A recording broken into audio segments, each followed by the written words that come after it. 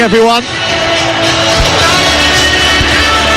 Well, this might be composed by Mark Knopfler, but the song that was written by Tony Britton 31 years ago, the iconic Champions League anthem, hasn't been played at St James's Park for 2 decades. The lyrics of that celebrated theme, borrowed heavily from the work of Handel and reminiscent of one of his coronation anthems that you might have heard recently, state in its lyrics, it is the greatest teams, the main event, it is for the champions. 72 points, that's what Newcastle need to guarantee a place in the main event. That is 2 wins from 3 games, and then those stirring strains will be heard here again. This Thursday night, they have to overcome Brighton, who are playing on a Thursday and a Sunday this week, and they want to get used to it. After their takedown of Arsenal, leaving the Gunners' title tilt in ruins, can they now leave Newcastle humming a cheerful tune of their own?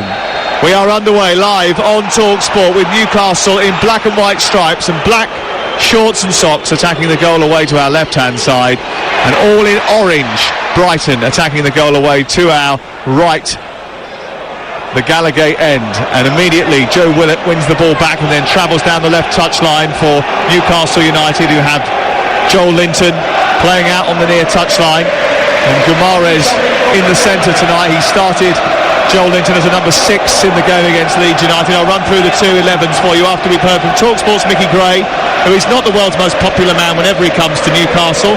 How did Brighton make themselves similarly unpopular with Newcastle fans tonight? Thank you for that, Sam.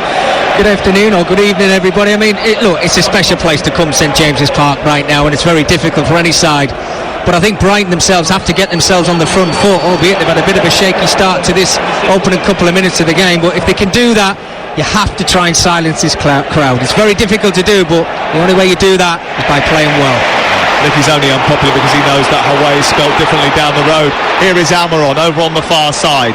It's picked up and played square into Isaac, and then it's taken out towards the near touchline by Moises Caicedo, and it's out and away for a throw-in on this near side. In fact, it's going to be a free kick deep inside Brighton territory. So here are the 2 teams then, starting with the home side, unchanged from their last game against Leeds United. Pope in goal, Trippier, Schär, Botman and Byrne for Newcastle, Bruno, Guimaraes, Joel Linton and Willock, Almiron, Wilson and Isaac up top. For Brighton and Hove Albion, it's Jason Steele in goal, Van Heck, who comes in to replace Webster in the defence alongside Duncan Estepinian. Here's Undab charging forward at the other end, getting to the edge of the box, blocked by Schär. The ball breaks to the left-hand side. Almiron with a tackle, turns it into the midfield, and Newcastle have it back again in the right full-back position. I'll get through the Brighton team in just a second, but it's a real fast start to the game, a good tempo to it in the opening couple of minutes. We played 2 of them live on Talksport. So yes, Steele in goal, Van Heck, Dunk and Estepinian. I think Caicedo is playing as the right full-back with Gilmour and Gross in the centre, Matoma on the left, and then Undav and Buonanotte behind Welbeck in attack. Buonanotte getting back to try and help out on this near side, the right, trying to stop Isaac from travelling down the touchline. It's out for a throw-in. Yeah, well, you're completely right, Sam. It is Caicedo over in this right-back position because he needs to pick up Isaac to try and stop him from running and picking up that ball. May even be a back 4 that Brighton are playing today. Ball played out towards this near side, and has helped out into the path of Welbeck, but he misses it, and it goes out on the near side and away for a throw into Newcastle United. It is a lively encounter here at St James's Park, in a lively atmosphere too, and Van Heck is tussling and pulling and not getting much joy out of Joel Linton. He's probably gone a little bit too far there with his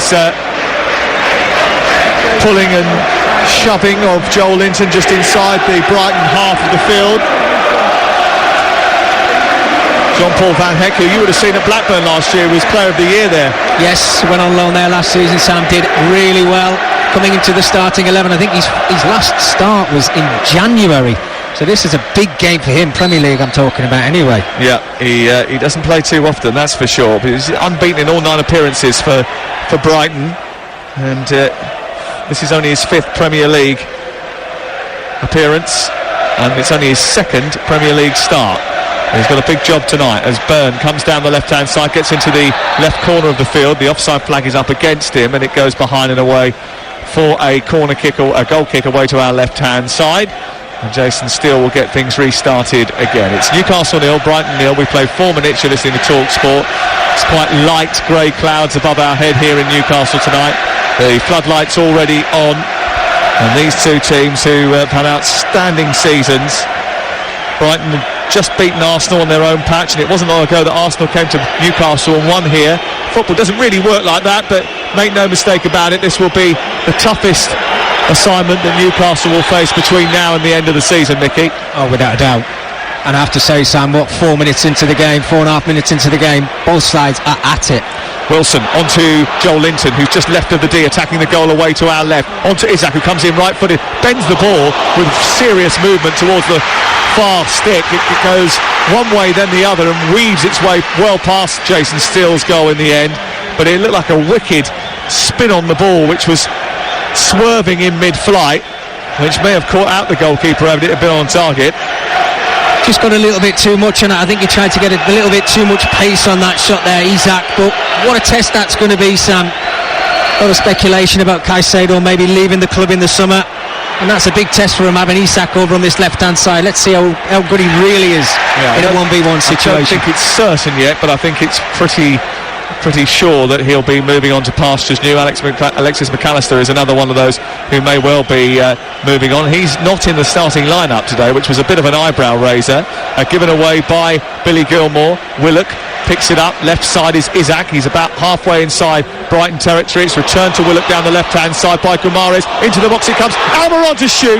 It's blocked by Van Heck and goes behind all the way for the first corner of the game.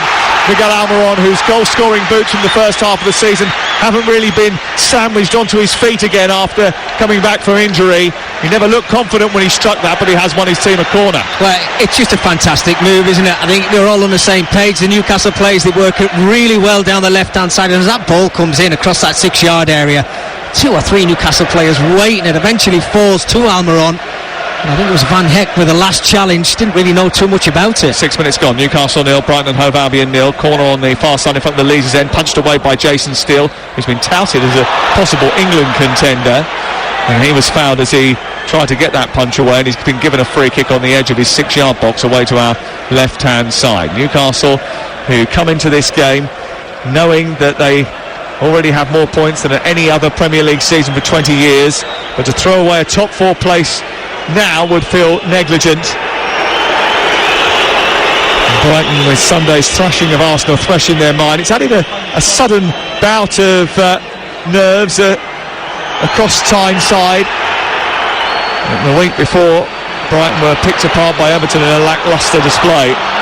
All cleared by Dunk up the middle of the pitch, and it's Newcastle who have started with a little bit more dominance. Usually it's Brighton who dominate possession, but so far it's Newcastle have had almost exclusive rights to the ball, Mickey. Yeah, absolutely. A little bit more vigour to Newcastle's game. You can see they want to get on the front foot as quick as they possibly can. Here's that test again. Yeah, Caicedo slipped over a couple of times when faced up by Isaac, and he's got the return ball by Willock. He allows it to go through his legs down the left channel, pulls it into the near post, steered behind by Van Heck, comes back onto the pitch somehow, and then is cleared away by Van Heck for a second time, and eventually a free kick is given against Undav, who's coming back, the German, and he's made a foul on Bruno Guimaraes, and this is a really good start from Newcastle. At the moment, Brighton look a little bit dazed. Yeah, they're a little bit shocked. I mean, I don't know if the occasion, which it shouldn't really, whether the occasion's getting to them a little bit, but we talk about that 1v1 test for Caicedo. Well, he's losing the battle at the moment with Alexander Isak. He started the game absolutely on fire. What a chance this is for the likes of Kieran Trippier from about 25 yards out. Dead ball situation. Imagine if this hits the back of the net, Sam, this stadium will erupt. I tell you what, it's so noisy in here, you can hardly hear yourself think. It is absolutely cacophonous inside this famous old cathedral, St James's Park. They played loads of big hits prior to the start of the game. Stepping up to hit it is Fabian Schär. It was a big hit, and he can hit him from that sort of range, 30 yards from goal. He drives the shot into the arms of Jason Steele. He can always plunder an effort from that sort of area of the field, but Steele watched it all the way and did very well to stop it. He's played the ball out from the back and given it straight though to Willock, and it's picked up now by Bruno Guimaraes, edge of the D. He turns it out to Almiron. Almiron on the wide right position is immediately smothered by Brighton jersey. The return comes to Almiron again. He pulls it back in towards Willock. It's tucked behind, and it goes out for a goal kick. But they are putting the pressure on in the early stages here, Newcastle United, and Brighton have got to be careful not to wilt in the heat of the white-hot atmosphere inside this stadium. It's very similar to the start that Newcastle made, Nicky, against Arsenal the other week. Well, the equivalent to it, Sam, was, I was going to say, if you watched Manchester City against Real Madrid last night, albeit, look, it's a different competition, they just couldn't get out their own half, Real Madrid, and that's what Brighton are finding really difficult now. And I think sometimes, look, they've done it all season, they overplay at times when you just need to give yourself a little bit of a breather, maybe play a long ball to stretch the pitch a little bit, but Newcastle, they're on it. They've won another foul, Newcastle, just right of the centre circle. Fabian Schär was knocked to the floor by Undab, and it's going to be a free kick to Newcastle. And it might need to just settle down for Brighton if they're to get through this period. They've got to ride out this early storm. They've scored more goals than anybody else, Brighton, in the first 15 minutes, but it's the team from the south coast that are under the cosh in the early exchanges here. 0-0 to score, though, on Talksport in the Premier League. Trippier forward towards the edge of the 6-yard box. Steele comes and claims again. It's another good take by Jason Steele, and he comes out, grabs the ball, and will clear it away. Interesting that Jason Steele has done so well for Brighton since February that Robert Sanchez, I think, has almost given up the ghost a little bit. He's decided that he didn't want to sit on the bench against Arsenal on Sunday, and he's not travelled with the he's not in the squad tonight, the matchday squad tonight. Be interesting to see what happens to him and whether or not he ends up moving on to pastures new in the summer. Not the first player to fall out with the combustible Roberto De Zerbi, who's standing down in front of us in the technical area, dressed all in black apart from his very bright white trainers. Yeah, you know, sometimes you want to see a reaction, Sam, from certain individual players, don't you? In this case, Sanchez, the goalkeeper, of when you get left out of the team, is to then say, well, I'll tell you what I'm going to do. I'm going to show you in training. I'm going to fight to try and get my number one spot back. So it's not the kind of reaction that you want, isn't it? But it's all down to Jason Steele and how he's performed since he came into the team. He's been absolutely fantastic. Yeah, he's been absolutely terrific, and so terrific, in fact, that he will be considered, I think, for the next England squad. Whether or not he makes it in ahead of Ramsdale, Pope or Pickford is a different matter, but should one of those pick up an injury, I think he's the next cab off the rank. That's a short ball back to him, though, by Wilson. And it's excellent defending by Dunk, because he sensed the danger and just moved his body across Wilson to block off the run towards the edge of the penalty area. And it's that sort of awareness that Dunk has shown over the course of the campaign, which has also linked him with a move to the England squad, or an inclusion to the England squad. Yeah, back into the squad, and he's had an excellent season. It's a kind of different role for him. I believe has he touched the ball more, or he's passed the ball more than any other player in the Premier League, Sam, this season, or thereabouts. It's something that he's enjoying, which is great. But if I can quickly just go back to Jason Steele, he might have a chance at the England squad because he's better with his feet than Nick Pope, and that's what Gareth Southgate looks for. We've just seen Nick Pope kick the ball twice, and we've almost caught it twice. We are in the 10th row of the main stand here at St James's Park on the halfway line with the perfect view of the pitch. We can almost smell the aftershave that Eddie Howe is wearing down in front of us. Here is Almiron down the right-hand side, trying to get into the penalty area. Willock, little touchback. Almiron opens up his body and then couldn't get his technique right. Got right underneath it and steered it over the top of the crossbar. And it goes into the Lees' end away to our left-hand side and behind for a goal kick. And he knows that's a big opportunity. The kind of opportunity that he was taking in the first half of the season, Mickey Grant. Yeah, absolutely. And then obviously out to the side with a little bit of an injury. And since he came back, he's kind of struggled to find the back of the net. But I talked about that battle on the left-hand side with Isak and Caicedo. Well, it's certainly the similar situation over on the right-hand side with Almiron, with Estupiñán. A little give and go. You've got to stay with your runner. If your player's running away from you, you've got to open your body up and stay with your man. It was an easy opportunity for Almiron. He just needed to keep it a little bit lower, and he would have found the back of the net. Newcastle a little subdued last week against Leeds United. They're anything but here in the opening 13 and a half minutes live on Talksport. Later on Talksport 2. In fact, in just 16 minutes time we'll be bringing you live commentary of RZ against West Ham United. That's Talksport 2, and the closing stages will be here on Talksport as well as they look to get to a European final, which we will follow them in. Here is Bruno Guimaraes playing it down the left-hand side into the left channel of the Brighton box, but it's too heavy and not at all accurate from Bruno Guimaraes, and it's picked up by Jason Steele all the way to our left-hand side. And for once, Callum Wilson wasn't really on the same page as Guimaraes, because you knew he was going to play that reverse pass, and Wilson was kind of caught a little bit flat-footed, whereas I like to see him playing on the shoulder of a centre-half and using his pace to get it behind. That's where he gets his goals from. Newcastle have really struggled to find that right blend in midfield without Longstaff in the engine room recently.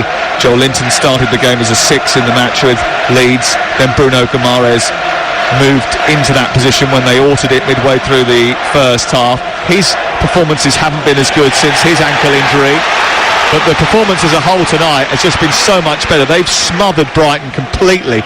Brighton haven't got out of their own half. Well, they're making him make mistakes, and that's a big worry for Brighton, because we all know they like to get the ball down and play at their tempo. It's a brilliant high press from Eddie Howe's team, isn't it? Yes, without a doubt. But they're being told that they have to kind of work to the Newcastle's tempo, and if you're not up for that, which is why Brighton players keep giving the ball away, you're going to be defending for a lot of this game.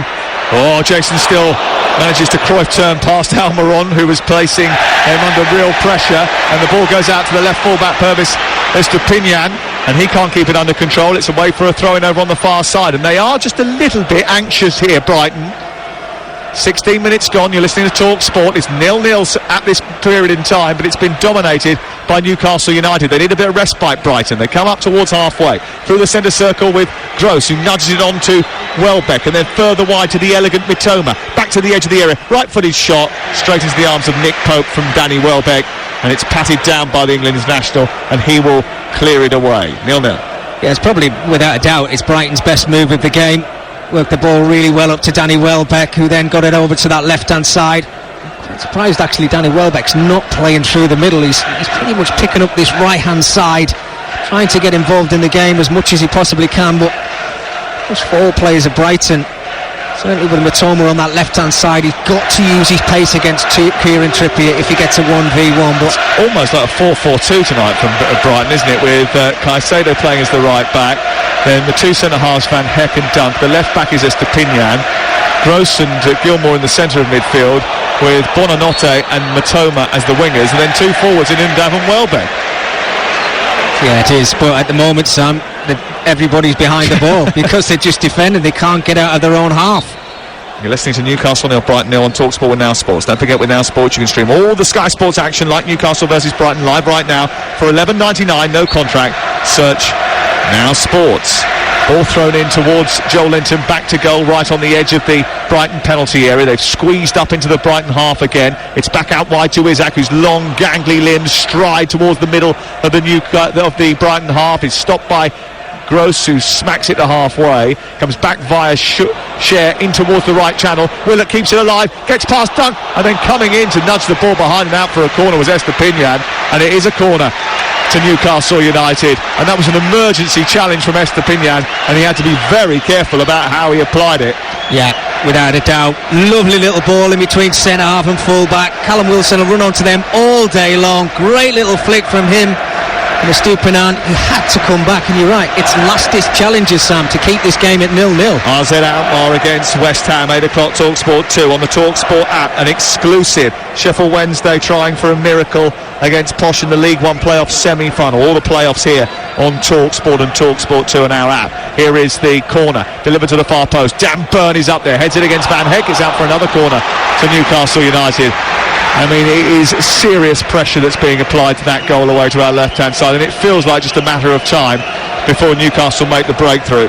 Yeah, without a doubt. I mean, Eddie Howe and Jason Tindall are down in front of us now, and they'll be just thinking, we've had so much pressure and so many possession in Brighton's 18-yard area, we've got to try and see it out. We've got to try and get ourselves a lead, and if they can do that, it's going to be so difficult for Brighton. Fabian Schär just needs a little bit of treatment after having a head injury, so the referees stopped the game, and the taking of the corner kick, which actually probably benefits Brighton more than it benefits anybody else. Has he got a blood injury here? He has, and they're asking him to go off the field of play, but they don't want to take him off the field of play. He's got a blood coming from his nose. They're going to try and have to stem that flow, but they're playing with 10 men at the moment as they attack another corner kick away to our left-hand side. Dummett goes out to warm up away to our left. There's that Matt Target that's gone out there. It might be Dummett actually. Here is the corner kick taken by Trippier towards the far post. Oh, and it's flat tapped by Steele. Did he get any touch on that? I don't think he did. And it goes straight behind and away for a goal kick away to our left. That was a wicked delivery from Kieran Trippier. What a ball. What a ball from Kieran Trippier. I always find it strange when fullbacks come so far up to take a corner, knowing that if a team breaks on you, one of your defenders is so far up the pitch you can't get back. But when you've got quality like Trippier, you can understand why they do it. Matoma plays it into Welbeck, who's fouled by Joel Linton, and it's a free kick just short of the centre circle for Brighton inside their own half. You're listening to Talksport, and Jason Tindall is out for the first time into the technical area, and he's become rather well, how should we say it, talked about, let's just put it that way. He's quite irate for a number 2, isn't he? Jason Tindall front and centre of everything is the sort of phrase that's been going around recently. He loves it. He absolutely loves it. And he's a brilliant fella, and they worship him here now. He's part of the furniture. They take the mick, and it's all a little bit ironic, but they do absolutely love him, and they love Eddie Howe as well. Eddie Howe was actually asked about Jason Tindall on CBS's morning football show this week, to which he said, he was asked by the anchor Suzanne Collins, do you need to ever say to him, hey listen, remember Jason, I'm the chief around here? And Eddie Howe gave the most bland answer you've ever heard ever, and just told the anchor just how, they were a partnership. So which I don't think it was really the answer she was looking for. It's not really the kind of guy that comes out with phrases like that though, is he, Eddie Howe? He's done a brilliant job here, and the Newcastle fans appreciate him. Over in the far corner in between the Leazy's end and the stand opposite us, the Jackie Milburn stand, the banner, the black and white banner that says Eddie Howe's Black and White Army is draped from the back wall. He hopes, and they hope, that he will be leading them to Europe next season. Well, he will be going on the European tour no matter what happens, but will it be in the Champions League? That's what they want. 22 gone, Talksport live at St James's Park, and things have just gone in Brighton's favour for a second, but they've given it away cheaply, and Joel Linton's free inside the area. He's turned, his shot is blocked by Dunk, who comes sliding in to prevent the effort from wrestling in the corner. Sloppily given away by Van Heck, who looks a bag of nerves at the back. And Joel Linton stole in, had a chance, fired it to the corner, and it was blocked by Lewis Dunk, who saved the day for Brighton. Well, if Brighton keep making these mistakes, Newcastle are going to punish them. Deserby's just in front of us now. He's trying to say to his players just to calm down.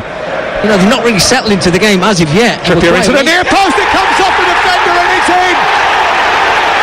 Trippier's corner, flicked on by Moises Caicedo into his own net, and there's the goal that's been coming since we kicked off. 23 minutes on the clock.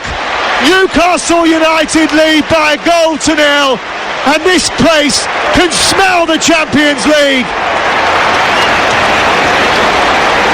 A simple corner from the captain Trippier, a wicked delivery, bent in with venom to the near post. It flicked off the head at that near post. I think it was Undav actually who got in front of Caicedo, and it goes straight into the net past Jason Steele. It's an own goal, and Newcastle lead by 1-0.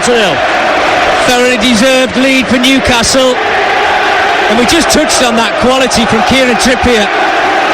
He whips that ball into the near post, and Undav's just basically trying to throw his body and just hit it and clear his lines. He can't get out of the way of it. It's the slightest of touches which just takes it away from Jason Steele into the back of the Brighton net. But all that pressure and that quick tempo start from Newcastle has now paid off. Find themselves in front. Just listen to that. What an atmosphere in the stadium now. You're listening to Talksport. It's Newcastle 1, Brighton and Hove Albion 0. Live on Talksport from St James's Park. And it's how they maintain this now, isn't it? Because Kieran Trippier immediately got them in a huddle, Mickey Gray, and said to them, hey, guys, concentrate now. This is only part of the job. This is just the beginning. There's still 3/4 of this game to go. I mean, what do you do, Sam? If Newcastle have started the way that they have in the first 25 minutes of this game, do you rest on your laurels? Do you now start to be a little bit more organised and try and win this game 1-0? But it's a little bit too early for that. I think they've got to go for the jugular, because this Brighton team at the moment, they're shell-shocked. The way that Newcastle have started this game, thoroughly deserve to be in front.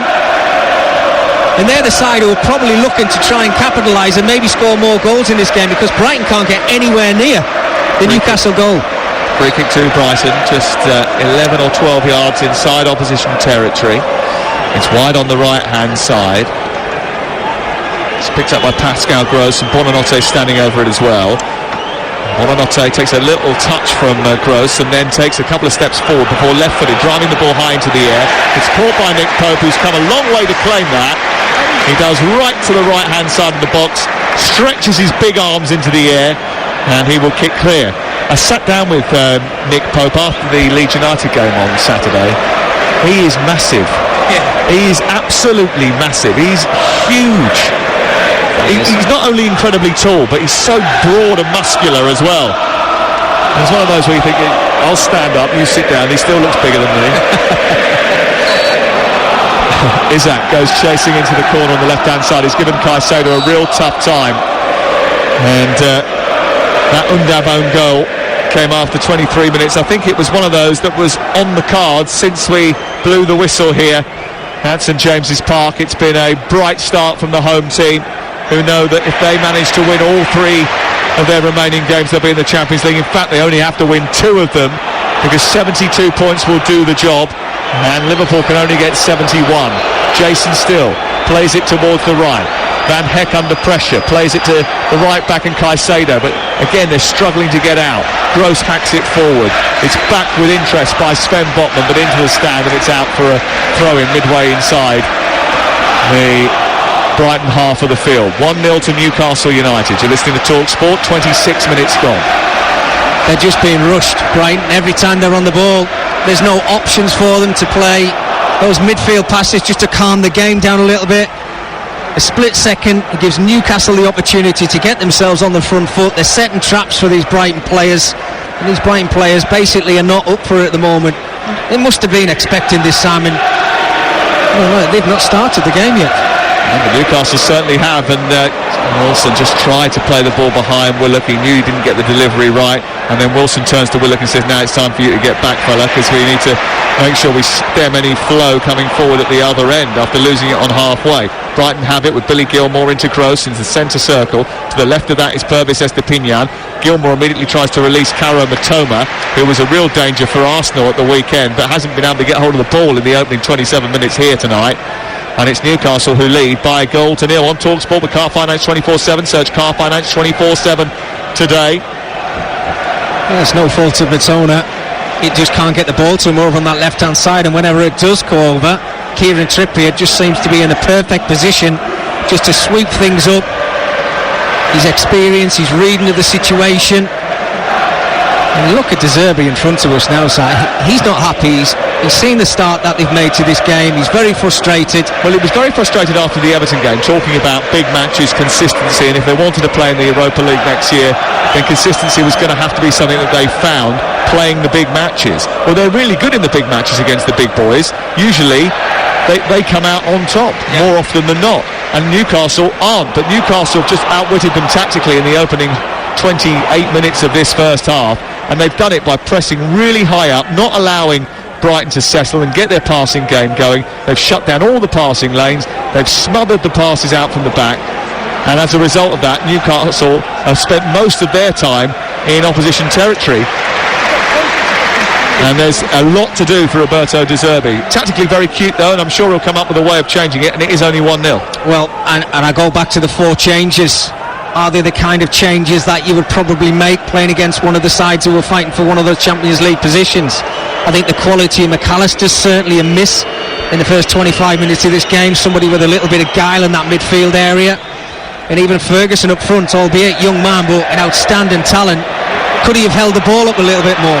Almiron's got the better of Purvis Estupiñán. He's charged into the box. He's gone past 2 challenges. He goes past the third, goes down, Referee. Oh no, Dunk has brought someone down on the far side. Callum Wilson has just been nudged to the floor, and the referee has given a free kick the other way, has he? What's he made here? Wow. Well, I'm really surprised at this. Lewis Dunk has just stretched out a right leg to try and get the ball away from Callum Wilson, who was going away from the goal. And I think there's a little bit of contact on the ankle here, and I'd be really surprised, Sam, if this doesn't go to VAR. Look, seeing a replay of it now, I mean, does he make any contact with the ball? But there's certainly contact with the player. Well, it's a penalty, isn't it? Looks a penalty to me. Well, VAR is checking for a possible penalty. The VAR tonight is Jared Gillett. Hugh Wozencroft thinks it's a dive, and the referee and the officials agree.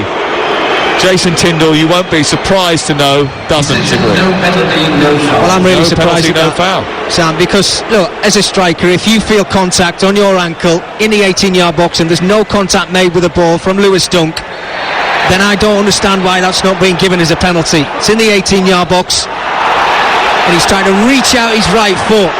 Now, if there is contact, I just wonder whether Callum Wilson maybe could have gone towards the referee and made a bit more of it. I think Bruno Guimaraes has been given a yellow card as well for a foul over on the far side. He's not particularly happy about that either. He's said, that's my first one. Our referee, have you given me a yellow card for that? The referee has decided that is the action that he's going to take. And the officials coming under a little bit of scrutiny here. The 52,000 inside this stadium not particularly happy with the decision not to award a penalty. I even thought that Almiron was clipped as he was travelling into the penalty area as well. The VAR did look at it. Jared Gillett said no clear error, and if you heard Howard Webb on White and Jordan this week, it has to be those clear errors for the VAR to intervene. Here is Caicedo, who's having a torrid time, by the way, at right back. He's played there a couple of times this season. Obviously, naturally a midfield player, but he has played as a right back on a couple of occasions. Most notably, actually, I think against Manchester United, and it worked really well for him. It hasn't worked at all so far in this game. They're targeted him. No, it's certainly not working for him. I think he likes to play further up the field. He likes that physical battle, really. But now, Isak, whenever he gets the ball, just getting that half a yard on him, and he looks a little bit frustrated, Caicedo, as if he's not enjoying playing in that position. I'm still going back to that Callum Wilson challenge and thinking, well, if it was a dive, which the referee gave a free kick the other way, didn't he? Then he should have booked Callum Wilson, right? Yeah, absolutely.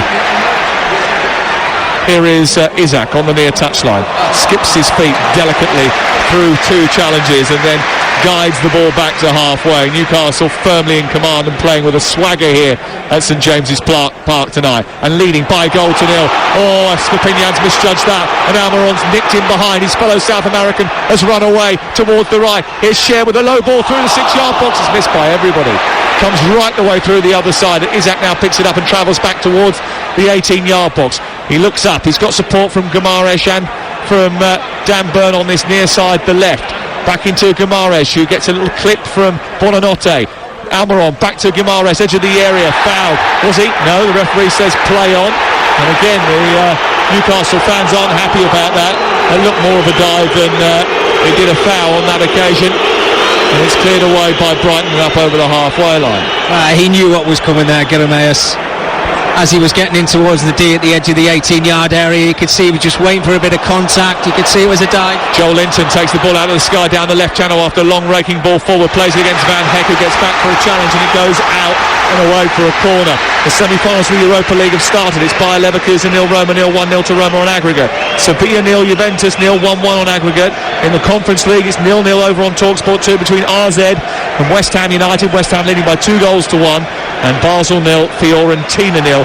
Basel 2-1 up from the first leg. Peterborough 4-0 up from the first leg away at Sheffield Wednesday tonight. 0-0. Any changes will be with Alan Biggs in a flash. That game is live on the Talksport app right now. Download it and your head will explode. There's so much content. Here is Kieran Trippier on the left-hand side, right-footed in towards the near post. It's headed down again, and it's back through the 6-yard box before Dunk can try and head it away. It caused consternation again inside the area. Burn has brought it down. He's shot towards the near corner. He's tickled the outside of the post. He's taken a deflection on the way through, and it's out for a corner kick. Rod Jones, the referee, is now being surrounded by the Brighton players who are saying, how have you seen a deflection there, fella? Yeah, I don't think there was one in the end, but again, it's that quality from Kieran Trippier into the box, just outside the 6-yard area. And Van Heck, it comes towards him. He doesn't know what to do with it. It comes at him that quick. He just heads it down into the ground, and then Dan Burn gets his chance. There was a deflection, by the way. Better eyes than me. Yeah, Rob Jones did well. Trippier towards the far post, headed down by Cher, straight into the arms of Jason Steele, who drops and picks the ball up and then fires it out towards the far side. But he's rushed that. He's tried to get Mitoma out quickly. The idea was right, but because he was doing it at speed, he didn't quite execute it in the manner that he would have liked. Sam, I think this is the first time, probably said this season about Brighton, they can't live with the tempo. And De Zerbi knows that. The two fullbacks are so isolated. They need help from Mitoma and Danny Welbeck on this right hand side, because they're getting left in 2v1 situations. Even in a 1v1, they're getting the better of them. They had the odd game like this. Go back to the Everton match, it was nothing like this, but it was a game where they looked a little bit frazzled, and tonight they've been frazzled by the sheer tempo of this Newcastle performance. But Mickey, it's worth pointing out, it's only 1-0 to Newcastle United. Yeah, for sure. Newcastle have had so many opportunities. Fabian Schär, Dan Burn, Almiron with a couple of opportunities, and even Isak with a great chance early on in the game. But they haven't been clinical enough to see out this game. Still that 1-goal deficit, but Newcastle do look like scoring the next goal in the game, but that might change. They are a force to be reckoned with, Newcastle United, and so are Brighton, usually on the road. They've the fourth best record on their travels. Only Arsenal, Newcastle and City have better points hauls away from home than Brighton. Free kick. Gross wants to take it 2 yards in from where it was supposed to, so he's told not to by the referee, and then Caicedo moves it back out to the touchline. Roberto De Zerbi is trying to issue instructions from the touchline. He's constantly in communication with those up here in the stand. In fact, we've got 3 Brighton analysts sitting in front of us here, all mic'd up with AirPods, talking to the bench down in front of us. A little bit frustrated, all of them as well. They're getting very animated, just like their manager on the touchline. Jason Tindall and Eddie Howe standing inside the technical area. Well, I'd like to know what information, if it is actually getting passed down to the technical area, Sam, to tell them to change things, because I think we can see it from here, but nothing seems to have changed yet. Gross sends it wide. Buonanotte takes it on for Brighton. They're moving up to the midpoint of the Newcastle half. Back in field it goes to Caicedo, and then a ball centrally for Dunk to stride out through the middle of the pitch to play it wide to Estepinian, and then on to Mitoma. The Japanese international goes skating into the box. A right-footed shot which is elevated, and it's over the bar, and Nick Pope just gives it a wistful look over the top of the crossbar as it goes behind and away for a goal kick away to our right hand side. Newcastle 1, Brighton 0. For the latest odds you can head to Ladbrokes, where right now you can get Newcastle to win the game at 5-1 on. The draw is 5-1. The Brighton victory is 12-1. That's all thanks to Ladbrokes. Play at ladbrokes.com, 18+, begambleaware.org. Now, in any other circumstances, I think I would probably be suggesting that those odds were fantastically generous for Brighton. However, on the nature of the very performance that we've seen in front of us, that is about right. Yeah, it's understandable. And just only seconds ago, Mitoma picking the ball up. Wilson trying to get the better of Caicedo. The two collide in the left channel, and I think there might be a free kick here for Newcastle United.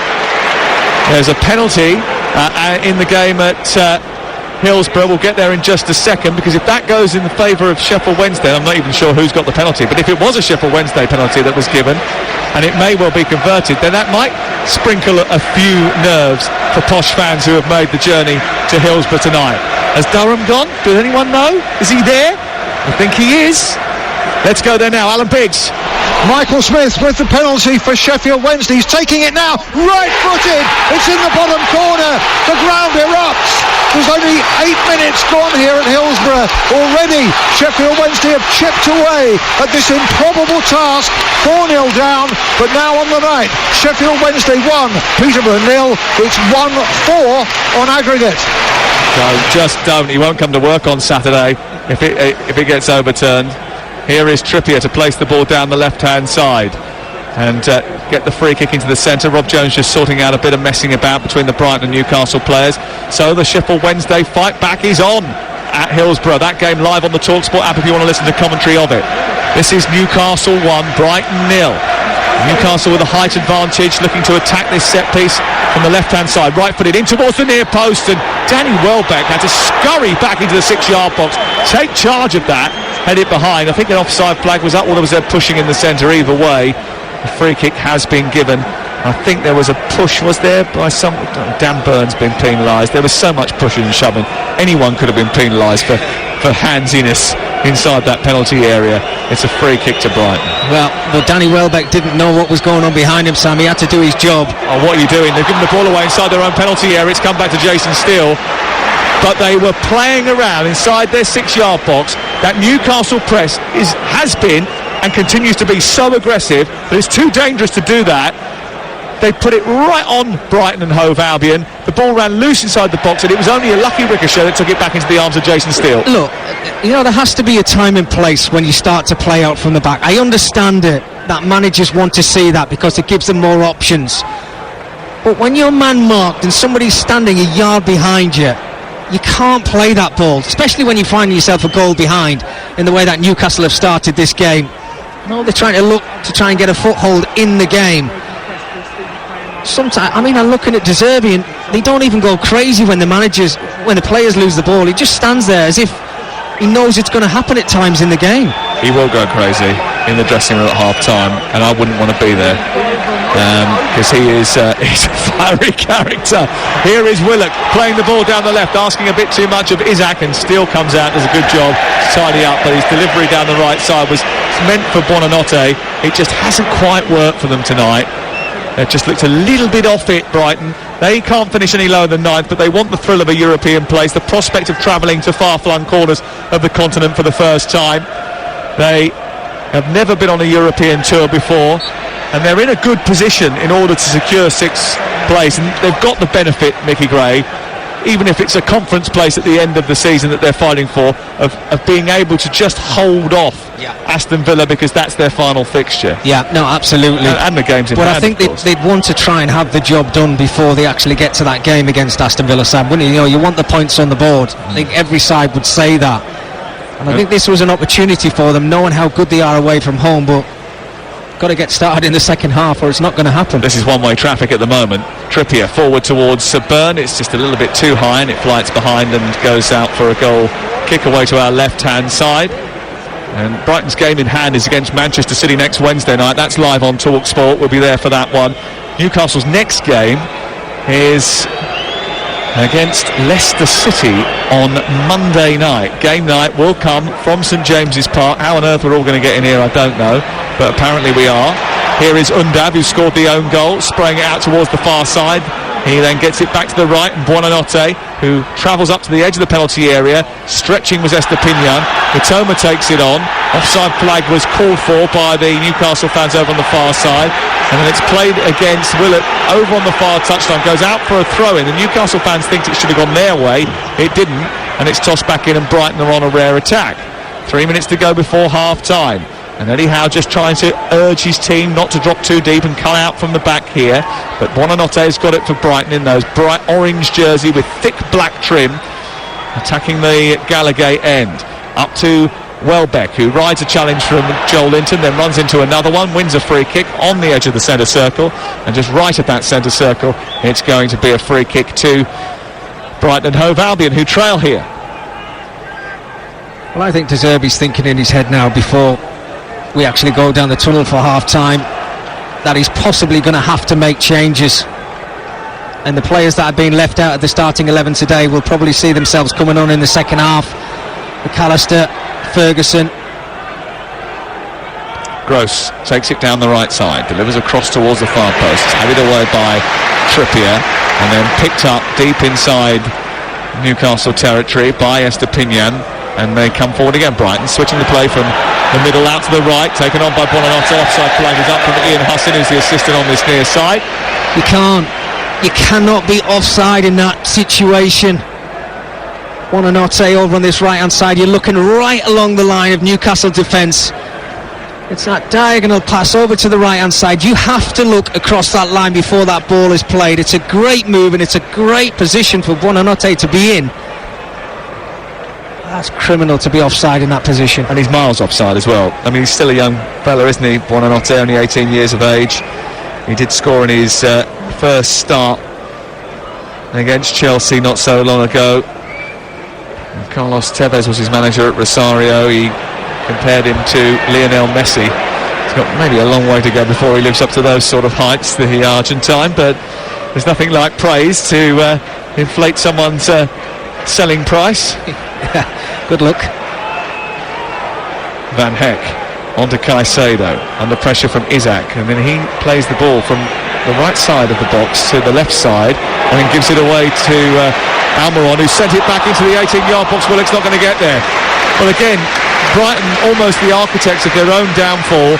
The crossfield pass from Caicedo to Dunk was difficult. Dunk couldn't get it under control properly and ended up playing a weak pass out wide, which went straight to Miggy Almiron. And if that pass had been a little bit better from Almiron, then Newcastle would have been in again. I mean, the confidence that Newcastle, Almiron's doing nutmegs in his own half, going back to his own goal, because they played so well in his first half. But Matoma has been released down the left-hand side. Botman comes across and slides in and nicks it off his toes. Trippier clears into midfield. It's won by Van Heck. Now Gilmore's got it. We've got 5 seconds before the end of the first half, and then it'll be stoppage time. There's a foul on Guimaraes. It's going to be a free kick deep inside the Brighton attacking third, and it's going to be 2 minutes of added time at the end of the first half. And it was sensible that from I think it was Kieran Trippier who went down in the end over on the far side. There is a bit of a concern here because Sven Botman has gone down. And there's not too many options at centre-half anymore for Newcastle United on their bench. They've got about 3 left-backs who can play in Lewis, Dummett, Target. Oh, Manquillo can play there as well. So they've got 4 left-backs on the bench today, but they haven't got any centre-halves. I suppose Matt Target could play there into left-back and then put Byrne across, or you could play Dummett as a centre-half. Well, the biggest lad on the pitch is playing left back, Sam, so I don't think they'd have a problem if Byrne had to go into that central defence position. How is it that the former Brighton centre-half is playing left back when there's 4 left backs on the bench? Here on the right-hand side, the ball is with Willock. He thinks he's fouled in the right corner of the penalty area. Free kick and a yellow card for Undav. Meanwhile, Joe Linton has gone down just short of the 18-yard box. He's being helped to his feet now. That's a yellow card for the man who scored the own goal. He hasn't had a particularly successful first 45 minutes, Dennis Undav. No, he hasn't.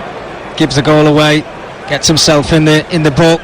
He's not got involved in the game at all, along with Matoma on that left-hand side, being really poor. This is why he's tracking back, trying to help out his defenders, but making a rash challenge as centre-forwards normally do. Again, this gives Newcastle a great opportunity from the corner of the 18-yard box just to whip that ball into the box. They have a goal threat that is the envy of many. 22 goals scored in April is the highest during that period. They scored twice at Ellen Road without even getting out of first gear, and they've scored once here, an own goal. There's a lot of pushing and shoving going on inside the penalty area again. Rob Jones will want to keep an eye on that. Newcastle don't want to give away a free kick from this scenario. They want to make sure that they make the most of this delivery. Joel Linton is not happy. He's having a few words with Caicedo over the shoulder. Van Heck's getting it as well now. Rob Jones is going to have to cool that temperature down. Joel Linton needs to keep his head. And there's a quick word in the ear to Alexander Isak just to try and get his teammate under control before this free kick comes in. It's literally a step back from the right angle of the penalty area over on the far side in front of the Leazy's end. Newcastle leading by a goal to nil. Goal scored from a Kieran Trippier set piece, an own goal scored just 20 minutes ago. Can they double it? Oh, there was a problem here. Something into the body of Van Heck. It's a yellow card, is it? Who's that for? Yeah, I think it's Fabian Schär or Botman, just shoved away. I think it's Pascal Gross. He just gives him one in the chin and then does it a second time. And it's Billy Gilmore who's gone down under pressure from Fabian Schär. He just pushed him off, and then Gilmore was nudged to the floor with a little arm that was used to strong arm him away from his sort of personal space. Rob Jones is issuing a final warning to Fabian Schär, who's picked up a yellow card as a result of that. Reckless approach to trying to attack the free kick. Newcastle don't want to do anything stupid here. Just keep a cool head. Get yourself in at half-time 1-0 if you can't add to that in the next couple of minutes. Well, Sam, I know the free kick's going to blow up again here. He's going to. As soon as this ball goes into the box, he's going to blow the whistle and he's going to give a free kick. Yeah, definitely. He's got that feel about it, but it's a mismatch at the back stick. Trippier takes the set piece, right-footed towards the far post, headed down, and it's in from Dan Burn. Unmarked to the far post, the former Brighton player who's come back to his hometown team has put Newcastle United in dreamland. And their thoughts of the promised land are tantalisingly close now. And the hometown boy has risen up at the set piece to convert from Kieran Trippier's delivery. Big Dan Burn has scored a massive goal for Newcastle, who lead against Brighton by 2-0. Thoroughly deserved. Newcastle deserved to go in at half-time 2 goals up.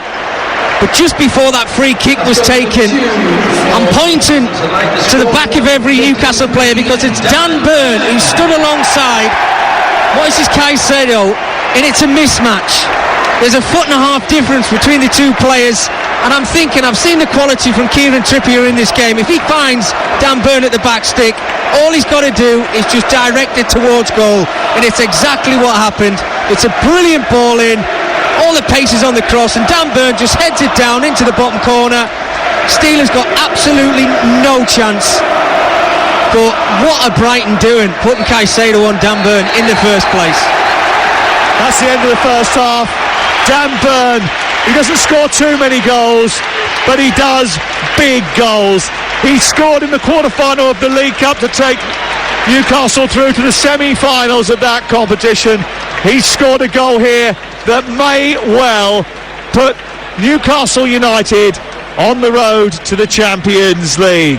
Newcastle have won 11 of the previous 13 Premier League matches in which they've led at half-time, and if they can keep up that trend, they will be able to see that European Champions League firm up on the horizon. They lead thanks to an own goal from Undav and a set-piece converted by Dan Burn at the break by 2-0. Well, the atmosphere has been terrific all night, hasn't it? Is it going to roar Newcastle United to victory here this evening? They lead by 2-0 in a very one-sided first half. They bossed the game and they had the equal best defence in the Premier League. The encouragement for Brighton and Hove Albion, well, Newcastle have kept just one clean sheet in the last 15 games, and they have conceded 20 Premier League goals in that time. A team that was mean in the first half of the season have started to leak right at the very end, and that, I'm sure, is what Brighton would have been saying at half-time. Would they make any tactical changes, do you think? I'm so surprised, Sam, that they haven't made changes. Just as the Brighton 11 came out very early, I'm sure De Zerbi's had a word with his players and said, get out there and prove to me that he deserved to be on the football pitch. But it looks like it's the same system. Caicedo's still playing in that right-back position. There's nothing really going on in the front positions either. But Newcastle are not going to let up. They have got to match them for effort and determination, Brian, or they will come unstuck again. Caicedo's given the ball away again, and Isak has got in behind him down the left-hand side. This is released by Bruno Guimaraes into the area. Right-footed shot blocked by Van Heck, and it's steered towards halfway. Back to Joel Eaton again. Black and white shirts of Newcastle shooting towards the Gallagate in the second half, where their most vociferous fans are situated. I'll run through the 2-11s for you in just a second. But Newcastle have a throw-in deep inside opposition territory. Live on Talksport, leading by 2-0. The ball thrown in by Trippier. He's looking for a bit of movement. Sheffield Wednesday leading by 2-0 on the Talksport app, by the way. And that's 4-2 now on aggregate. And they're only 40 minutes into that game. Here is Almiron, back heel into Mitoma, who picks it off before Willett can reach it. It's guided back towards the edge of the 18-yard box. They've got to stop this playing out from the back unless they're comfortable with doing so.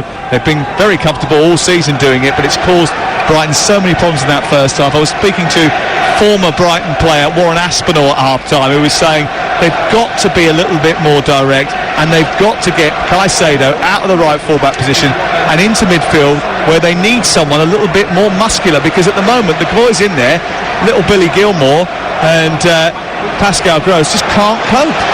I think you used the word in the first half, Sam, as smothered. And that's the way it felt for Brighton. Now they seem to be finding a little bit more space early in the second half. Estepinian travelling forward up towards the midpoint of the Newcastle half. Down the left is Matoma, who hasn't been in the game much in the opening half. Billy Gilmore square to Caicedo, and his ball is straight out of play over on the far side. Well, Pope is the Newcastle goalkeeper. Trippier, Shea, Botman and Byrne the back four. Bruno Guimaraes, Joe Linton and Willock in the midfield three, with Almiron, Wilson and Isaac up top. For Brighton, it's Jason Steele in goal, Van Heck, Duncan, Estepinian as the back three, with Caicedo at right back, Gilmore and Gross in the middle, and then Matoma on the left-hand side, Buonanotte on the right, and Welbeck and Undav up top. 2-0 to Newcastle United. And Trippier fires it forward brilliantly, and Almiron's in behind Estepinian, who's just about got back at him and managed to clear the ball out towards the near touchline. But that was a dangerous ball from Kieran Trippier, which opened up the Newcastle right channel for Almiron to run into, and maybe he should have done a bit better with the ball, Mickey Gray. Yeah, I mean, his first touch, he just couldn't get his body out the way of it. But again, it's a brilliant ball. And that's a good ball into Wilson, who's isolated Dunk. His first touch isn't good enough, and Dunk nips in and takes it. And Brighton play out from the back and into midfield. Well, they're not going to sacrifice their principles, Brighton, and you can understand that. They've been playing this way all season. But maybe they need just a little bit more physical presence in midfield, because they've created very few chances in this game, if any. Nick Pope's hardly had anything to do. One stop from distance is about it. And it's been all Newcastle United so far. Raking ball by Shea out towards the far side. Into the air by Caicedo, who's having an absolute western. The ball is out on the left-hand side, picked up by Byrne, who's already scored once. He charges into the box. He gets into a wing position, looking to try and turn under pressure from Buonanotte. It's steered into the box. The header is on towards the back post, and Almiron's hit the goalkeeper. It comes back off Wilson and onto the roof of the net. Well, it's a big miss from Miguel Almiron. It's a good save, but it's a big miss from Miguel Almiron. A game-changing goal which would have put this match to bed. If Almiron had found the net with that, it would have been over. Brilliant header by Willock at the near post, onto Almiron, coming on the back post, in the 6-yard box, point-blank range. It's a big save by Jason Steele.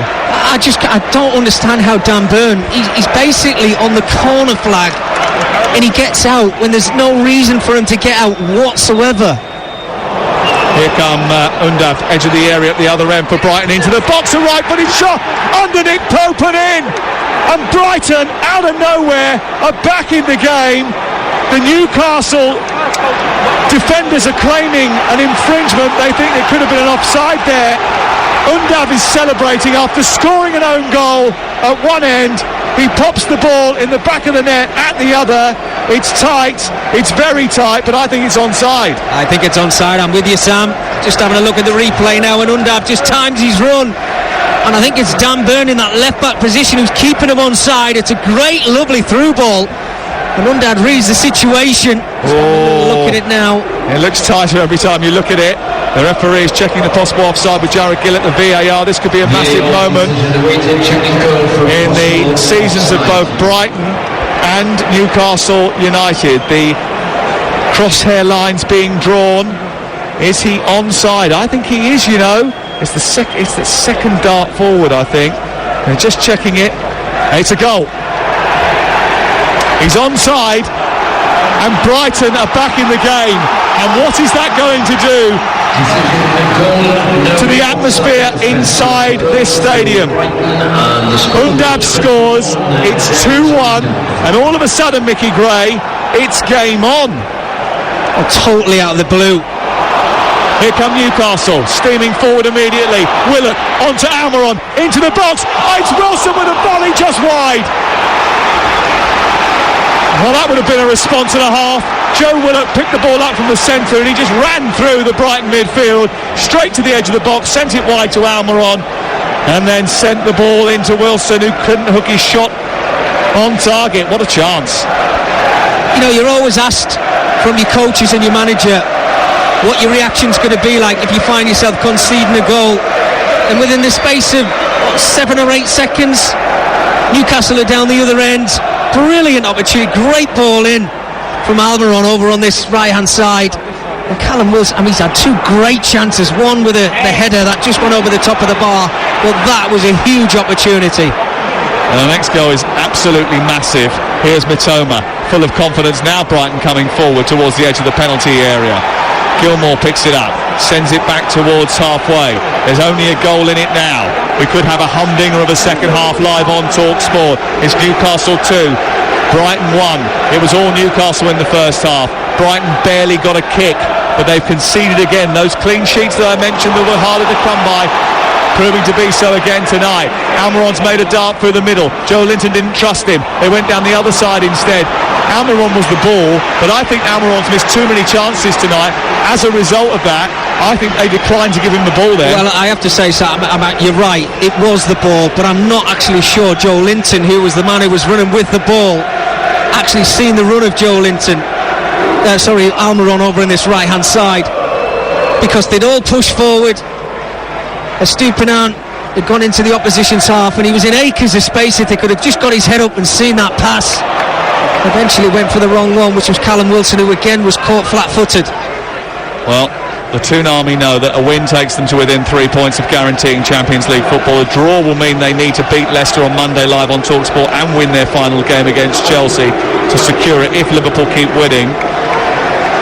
Eddie Howe is looking a little bit more pensive than he had done throughout the most of the match. Newcastle so super dominant in the game, but Brighton are going to make changes as well, attacking ones, as Isak comes down the left hand side, runs into the box. Jason still tries to clear, and he was under pressure from Isak, who slid in. It goes straight into Caicedo. He fumbles the ball, and eventually it goes out to the right fullback position. There's a foul by Wilson. It's going to be a free kick. Ferguson, Enciso and McAllister all coming on.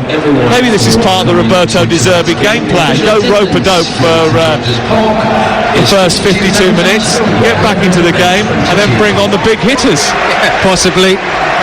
He can sense blood, can't he? The way that they've come out in the second half. Look, you want a reaction, don't you? After you were so poor for 45 minutes, well, they've got that reaction and they've clawed their way back into the game. De Zerbi now just wants to freshen things up with the players that they actually should have started the game. Real surprise to me that they weren't in the first 11. Well, Ferguson, who has been struggling recently with an injury, is just about coming back to full fitness. RZ 0, West Ham 0 is the half-time score. It's Fiorentina who lead in Basel by a goal to 0 in the other semi-final of that competition. That's 2-2. West Ham still ahead on aggregate. That's the key information. That game's on Talksport 2 right now. And of course, a little bit more technology for you to fumble with on the Talksport app. Is really easy. Just download it, press live matches. You can get Sheffield Wednesdays. Great comeback against Peterborough, possibly. It's 2-0. Lee Gregory got the second goal. It's 4-2 on aggregate. Remember, they were 4-0 down from the first leg. Next goal's crucial in that game as well. So Ferguson, Enciso and Estupiñán are on here. And Buonanotte has come off, Welbeck has come off, and who is the other one who come off? I haven't seen another one come off yet. Estupiñán about to throw on this near side. And replacing him number 28, Evan Ferguson. But, well, you know who's come on. Here is McAllister, deep inside his own half. Newcastle win a free kick. A yellow card goes to Pascal Gross, the latest of those to be booked in the game. Well, those changes, no question about it, Sam, they're going to give them a little bit of life. Brighton got their tails up back into this second half, got themselves back into the game. You can see a little bit of confidence starting to grow into the side. Remember, there's more live football for you on Talksport and Talksport 2 over the weekend. What a weekend we've got for you as well. On Saturday from the Premier League, Tottenham take on Brentford. That kicks off for the 12:30. We're on air from 11. Then we're doing Manchester United and their game against Bournemouth. That's on Talksport 2. The playoffs continue as well, and on Sunday we're round the grounds on the Sunday session from the Etihad. Mickey and I are going to the Etihad to see if Manchester City can win the title. Third time in a row. Here is the free kick. Trippier to take it high into the night skies. The back post. Byrne heads it down. It's blocked by Van Heck and then picked up by Moises Caicedo. Sent to the halfway line. taken in by Trippier, who shoots it forward into the right channel. Chasing it is Almiron. Across comes Estepinian, who goes down under pressure from Almiron. Hardly any pressure really, and it's going to be a free kick in the corner to Estepinian. It looked a little bit soft. Half-time at Sheffield Wednesday. What's the latest, Alan Biggs?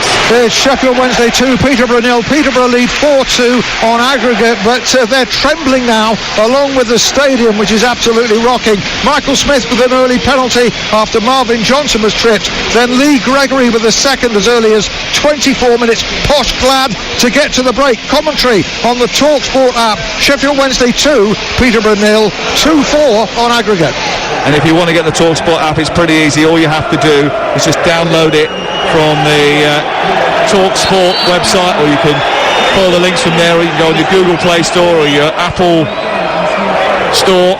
And if you do that, you can get the Talksport app and flick through all of the matches that you need. Tonight we've got 3 of them live commentaries, including this one, Newcastle 2, Brighton 1 on Talksport with Now Sports. And don't forget, with Now Sports, you can watch all the Sky Sports action like Newcastle versus Brighton live tonight for $11.99, no contract. Search Now Sports. And Barnsley Bolton tomorrow night, 8 o'clock is on Talksport 2. Stockport Salford 12:30 on Saturday. Here is Undav approaching the penalty area. They still want to be in the equation for a European place, Brighton, and they're going to fight with all their might. Oh, Willock has pulled his hamstring. This is bad news for Newcastle United, because they've already got a midfield problem, a midfield crisis of such, with no long staff. And Willock has just pulled his hamstring. He's just gone ping in the middle of the park. He's put his hand up immediately. He's turned to Eddie Howe. There has to be a substitute, Mickey Gray. Yeah, just having a look. I mean, he just waved straight to the technical area, didn't he, as he turned towards that Brighton goal. Elliot Anderson, I think it's going to be, who comes on. Elliot Anderson getting ready to come straight on and replace Joe Willock, who's in some pain. That looked bad. His reaction was really bad. And like every now and again you'll see those where you get those hamstrings that are just a little tear here or there, or you get a little strain and everyone goes, right, stop, before it gets any worse. That one, he looks in some serious pain. He does. And I've been in that situation, so it's like a pop. You don't expect to come in, and as soon as you feel it, you have to just stop running. You've got to go to ground, and straight away when he waved over, you knew that was it. It was game up for Joe Willock.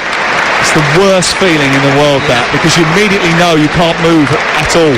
Yeah, it is. It's a horrible feeling. Oh, it goes all spongy and horrible in the back of your thigh. But it's all down to the preparation. And look, I mean, he's had a brilliant season, Joe Willock, and he's worked his socks off in this game. You can see the agony he's in there now. I mean, he's really hobbling off on this near touchline. That is not looking good for Newcastle United. They will hope to get this job done, because he is not going to be able to play any more part in this season, I wouldn't have thought. That is a serious injury. He's got a forlorn look on his face, and he's going to just head down the touchline, I think, and into the treatment area. Elliot Anderson is on for Newcastle United, wearing the number 32 shirt. There's still a bit of a tug of war between Scotland and England about his international future, because Scotland keep calling him up, and he says, look, just give me a little bit of space here. I think he wants to play for England. Here's Estepinian on the halfway line. Infield it goes to McAllister. McAllister tries to bend the ball into the left channel, and it goes all the way through to Nick Pope. Tomorrow morning, Laura Woods will be putting her feet up, listening to Alan Brazil and Ray Parlour dissect all this action. A lay in Thursday and Friday for Laura, but Alan Brazil will entertain you. And Ray Parlour and I will go head to head in the curse of the commentator at 7:30 tomorrow morning, with a hope that he might drop some points. There's a collision over on the far side. Joel Linton's gone down. He wants a free kick. There was a head-to-head with Van Heck. It was just two players going for a ball. There's no foul there. An honest challenge. It's just a collision. It was. The referee's got it spot on. Just says, OK, he needs treatment. Let's make sure he's OK, but crack on. Yeah, it's never nice when two heads collide, but you can see two honest players going to try and win the ball. I think Joe Linton gets there before Van Heck, and because it's Joe Linton on the ground, you can hear the Newcastle supporters across where he's fell to the ground, but he's back on his feet now. Everything's okay, but right decision. Van Heck gets it back to his goalkeeper, who clips it high into the evening sky. It goes out over on the far side. Half time in the game in the Conference League semi-finals. RZ 0, West Ham 0. Perfect scoreline for both, they'll feel, at half time. Arzhead will have the chance to attack it over on Talksport 2. West Ham will try and see the game out. Talksport 2 is the destination if you want to hear the rest of that commentary. Here it's 2-1 to Newcastle United. Newcastle dominating proceedings in the first 45 minutes. They haven't had everything their own way in the second half. I think that Brighton probably scored with their first opportunity on target, maybe their second because they had a long range effort, but just their second attempt on target in the game. And they haven't really had that many attempts at all, really. Newcastle had 15 attempts, 4 on target. Brighton 4 attempts on goal, 2 on target in the game. 63 on the clock, but they're very much in it, aren't they, Mickey? There's no doubt they've certainly made a game of this in the second half. The words from De Zerbi at half-time. You've seen how early the side came out. They were waiting for it to get going. Ferguson flicks it on, big, tall and brawny. Tries to nudge it behind him to Undav. It's away as far as the edge of the centre circle, and Wilson is trying to get away from McAllister. McAllister is wrestling with him. It's a yellow card for McAllister, who's come on as a second-half substitute for being a little bit too handsy, the Argentine. I think he's been brought in just to add a little bit of physicality to that midfield area. He's playing very deep, isn't he? Yeah, he is. Came on for Billy Gilmore in that position, but as that ball was coming out of the sky, he just basically got his first touch completely wrong, which then gave Callum Wilson the opportunity to get his body in front of McAllister, and he was just stronger. McAllister frustrated, probably his first challenge of the game actually, and finds himself with a yellow card. Gilmore, Welbeck and Buonanotte replaced by those 3 newcomers, Enciso, Ferguson and McAllister after the goal had gone in. Brighton feel there's still something in this for them. A free kick is taken by Trippier. Launching for the penalty. There was a pull back inside the box, was there? The referee is just shaking his head. It comes out to the near side. Almiron's got hold of it, gets it onto his left foot, delivers across towards the far post. Isaac with a header! Brilliant save by Jason Steele. Comes back out to Share into the 6-yard box. Byrne again, comes off the defender, goes out to the far side. What a stop by Jason Steele from Alexander Isaac. It was a terrific save. Here's Joel Linton down the left, trying to get into the penalty area. Caicedo pulls him down, he pulls him back. The referee says free kick Brighton, and the Newcastle fans still appeal over what was a perceived penalty just prior to that brilliant stop from Jason Steele. Oh, what a spell of play from Newcastle, piling on the pressure to this back line of Brighton. Great ball in from Almiron from this right hand side with his left foot. Isak's done everything right. It's a great header, brilliant save from Steele, and that ball comes back to Dan Byrne, just waiting for him to keep it low. Even the header as well, which is clean off the line, but it's his weaker right foot. Dan Byrne, he does everything right, he keeps it low, but Brighton defenders just throwing their bodies on the line to keep this score at 2-1.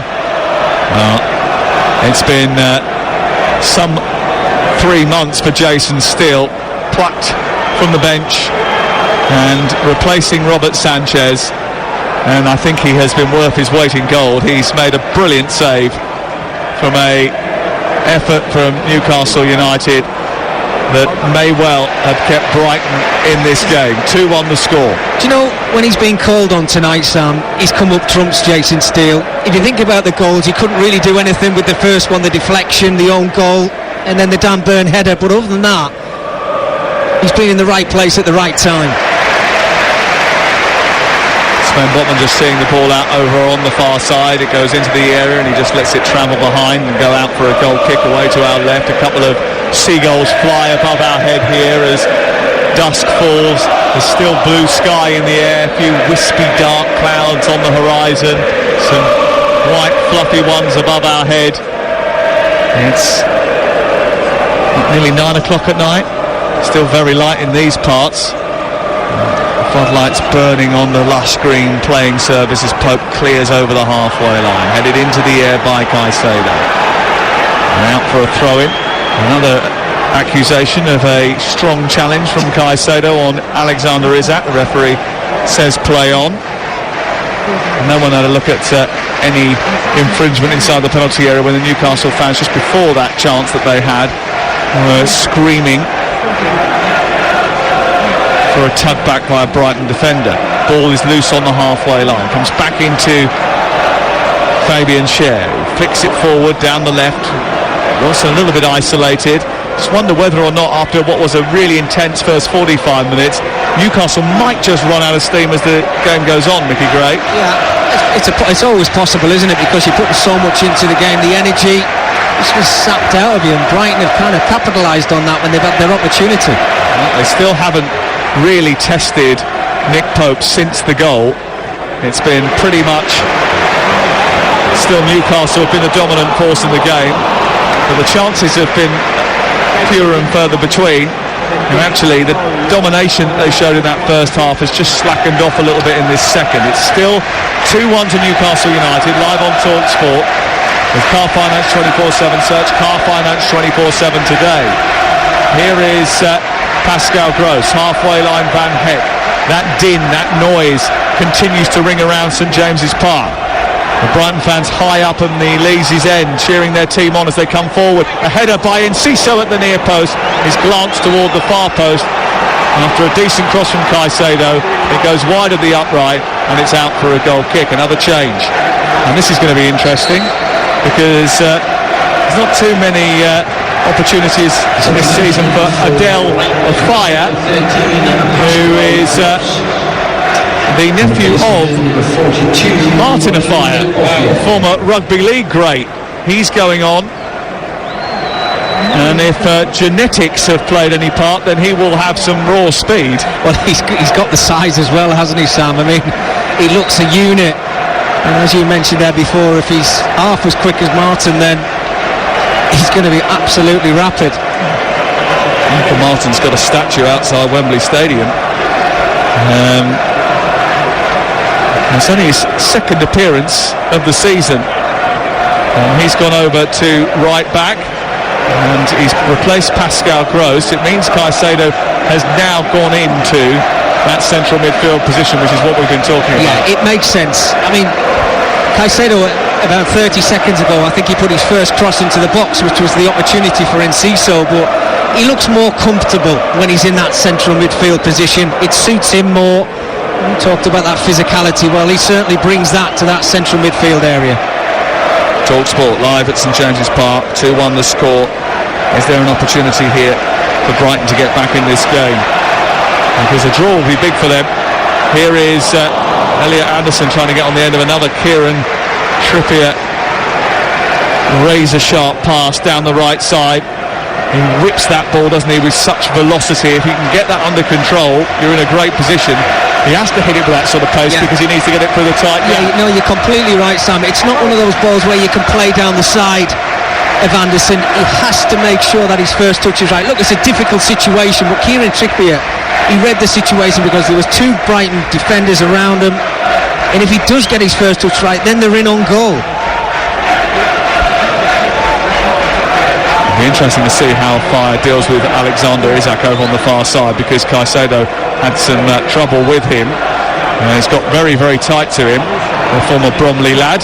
He's brought into the Brighton youth system after a spell at Bromley.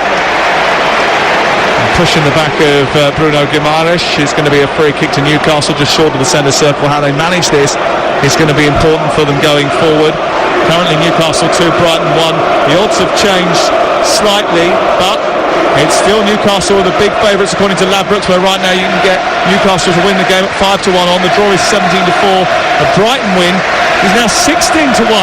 It's gone out even further. That surprises me, as we're just watching Caicedo get back to his feet. He initially gave the foul away on Guimaraes because he stretched a little bit too far, and I think Guimaraes' knee just went into Caicedo's stomach and just got himself winded for a second. Those odds all thanks to Ladbrokes. Play at ladbrokes.com, 18+, begambleaware.org. Newcastle 2, Brighton 1, 72 on the clock. Talksport 2 has commentary from the Europa Conference League semi-final, second leg, 2-1 on aggregate to West Ham United, who are hoping to go to Prague against either Basel or Fiorentina. And at the moment that game is finely poised as well. Sam, I don't think you're on the same page as me, but Kieran Trippier has been absolutely outstanding in this game. All season, mate. All season. His quality from set pieces, his football and brain. Defensively, he's on point. He knows how to use the dark arts every now and again as well. I think he's picked up one or two little things from his spell under Diego Simeone at Atletico Madrid. Who wouldn't, eh? Bayer Leverkusen 0, Roma 0 is still the scoreline at half-time in the Europa League. At the moment, Roma heading through to another European final under Jose Mourinho. Sevilla 0, Juventus 0 is the other scoreline. That's finally poised at 1 apiece on aggregate. Fiorentina are leading the other game in the Conference League semi-final, but it's 2-2 on aggregate between them and Basel. Here it's 2-1 to Newcastle United, who are attacking the goal away to our right, but defending at the moment in front of the Leesy's end, because Brighton are coming forward with Matoma up towards McAllister, now onto a Fire, who sends it wide towards the right. He's 2 yards in from the touchline, back to Caicedo in the centre. He then funnels it forward into McAllister, and then Caicedo plays it back towards the halfway line, and it's with Van Heck. He clips the ball forward out towards the left. Mitoma gets something on that, and Miggy Almiron sends it back towards his goalkeeper. Roberto De Zerbi not happy, says that there is still a lack of composure with his team. He wants more calmness amongst them. Ian Hussin is suggesting that maybe treatment needs to be given to Joel Linton, and now the physios are about to come on and deal with him because he's taken his left boot on. We can't afford another injury to the Newcastle midfield, says Jason Tyndall to Eddie Howe down in front of us. And those two in tight-knit conversation, knowing that this game can go either way now, knowing that Brighton can get back into it at a stroke, as they did when Undav got them on the scoreboard in the 52nd minute of the game. Well, since they've come out in the second half, they've certainly been a bigger threat, and the substitutions, I think, have made a big difference to them as well. It's just given them that outlet, certainly on the wide flanks, and with Caicedo going into that midfield area now, it's just given that little bit more physicality, and they've grown into the game. But they just haven't created enough chances, Sam, to get that second goal, that equalising goal. It still looks like Newcastle on the break look a real threat with Almiron down this right-hand side. Put 2 wonderful balls into the box, and you still think about the chances that we've seen in the second 45. Newcastle have still probably had the better, with the Isak header, the Callum Wilson chances, the Dan Burn chance with his right foot. So they still need to do more, Brighton, if they're going to get themselves back on level terms. Joel Linton is back on his feet, and they're not afraid of a stoppage or two, Newcastle United. They've been accused of gamesmanship all season, and that is something that they have used to their advantage, delaying restarts. No one takes longer over restarts than Newcastle. We've seen the table now. Their secret is out of the bag. Graham Jones has just come out into the technical area, the coach of Newcastle, to have a word with Eddie Howe. Just maybe thinking that the tide may be turning in favour of the opposition. But Isak has got the ball over on the far side. He brushes a Fire off the ball, and Ciso goes over and wrestles with him. Since those two have come on, it's been a little bit more quiet over on that left-hand side for Isak and Dan Burn. And it's still 2-1. Look at the space in the middle for Purvis Estepinian, who's ran right through a massive hole and hasn't been picked out. I mean, why on earth no one played him the ball? I'll never know. But Estepinian just escaped his marker, came off the left flank into the middle of the pitch, and there was a huge hole, and if the ball had been dinked in behind, he was through. And I'll tell you why he didn't play that, because it was Van Heck on the ball, and moments prior, De Zerbi told him not to play a diagonal pass and told him to calm things down. He should have played that long ball there, Sam. He should have took the game into his own hands instead of listening to his manager. You see the picture when you're on the pitch. You don't see exactly what the manager sees, because that was on to play. That was a ball that needed playing. That was a moment that Estepinian created with his little bit of ingenuity, and he's good at that. Burn wants a free kick, not going to get it, goes out to the far side. Picked up by Van Heck once again. And Brighton just keeping the ball inside their own half. That composure that we mentioned that De Zerbi was asking for. Brighton now just trying to get a grip on the game, get their confidence on the ball back. The noises from the Newcastle fans inside this huge stadium, this cavernous stadium. The clearance by Burn hits Evan Ferguson, bounces towards Matoma, but Trippier sees it back to Nick Pope. Ferguson will pressurise him, but it's half-hearted, and Pope will pick it up and bowl it into the path of Sven Botman, who will try and build from the back. Newcastle 2, Brighton 1 on Talksport. On Talksport 2, the second half of the Europa Conference League final has restarted. RZ 0, West Ham 0, and on the app it's Sheffield Wednesday 2, Peterborough 0, 4-2 to Posh on aggregate.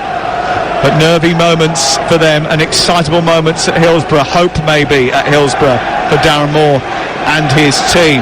The playoffs never fail to deliver, and we've got all three finals live on Talksport and Talksport 2 over next weekend. Not the weekend coming, the weekend after that will be camped at Wembley for the whole weekend. A couple of the coaching staff for Brighton just pointing out to Rob Jones that Newcastle taking a lot of time over restarts now as Isak gets hold of the ball, plays it into Byrne, charges into the box. Isak wasn't backing him up with any real purpose, and as a result of that, Afire was able to clear. And now it's 3-on-4 in Brighton's favour, and Ferguson, if he can switch the ball to the right hand side, can squeeze it out to Undab, but he played it behind Mitoma. And then Newcastle were able to clear up to the halfway line. In by Estepinian, away by Bruno Guimaraes, picked up by McAllister, worked wide to the right, Enciso, infield, Anderson picks it up. And then a crunching tackle by Dunk, nudges the ball away from Wilson, and then a half-hearted pull from Mitoma hands possession back to Newcastle United, and you don't want to do that with 11 minutes to go, Mickey Gray. Well, they've just given Newcastle a breather that they needed. It's Brighton now, we're on the front foot, but the problem I'm seeing, Sam, with him is it's one pass too many. Instead of just playing that ball in behind when they've got willing runners who are trying to get in behind the centre halves and in between full backs, Evan Ferguson being one of them. Look, he's came into this game in the second half. I want to see more from him. He's quick, his hold-up play is very good, he's certainly got an eye for goal, but they're not using him. He's having to come deep to get involved in the game, where you need him playing against the two centre-halves to Newcastle. He'll cause more of a threat there. Botman on halfway, lofts it high into the evening sky. It bounces once and Dunk manages to bring it under control in the left full-back position, guide it back to the goalkeeper Jason Steele. He'll play it with his feet right outside the penalty area. There's a bit of showboating, rolls his studs under the ball. There's no pressure now from Newcastle. Their press was so high and aggressive in the first half. They've dropped off that press in the second half. Good turn though by Elliot Anderson. He's taken out by Van Heck. Referee says play on because Newcastle have got the ball. They steer it to Isak inside the area left side. He gets to the edge of the box. He rolls it back to Anderson. The shot comes in from Guimaraes. It's over the top of the crossbar, and Van Heck is going to get a yellow card. Yeah, he has to get a yellow card. I think he knew that straight away. Fair play to Rob Jones, the referee, just to let that game carry on there. When they work it out, I don't know who it was. I think it was Kieran Trippier who was actually waiting at the edge of the 18-yard area. It might have been Anderson actually, as that ball got played across. Guimaraes just came in and just basically took the ball away from him, when I thought the player was in such a better position to take that shot on. Anderson was a step back from Bruno Guimaraes and had the ability just to open his body up a little bit better and strike across the ball, whereas Guimaraes was always stretching. He was rushing. Absolutely. And he steered it over the top of the crossbar. As a result of that, it remains 2-1 to Newcastle. There's a bit of tension in the air at St James's Park. The supporters doing their best to alleviate that with a noise, but Brighton have just got a smidgen better as the game has gone on. They've not been at their best, there's no doubt about it. This is a completely different performance to the one we saw at Arsenal, but they've got stronger in the second half. But can they fashion an opportunity to come with their little bit of extra dominance in possession? They've won a free kick 15 yards from the edge of the penalty area, with Enciso trying to get beyond Bruno Guimaraes. He brings down Enciso, and it's going to be a McAllister free kick, and that's a warning for Newcastle United. Well, this is a chance.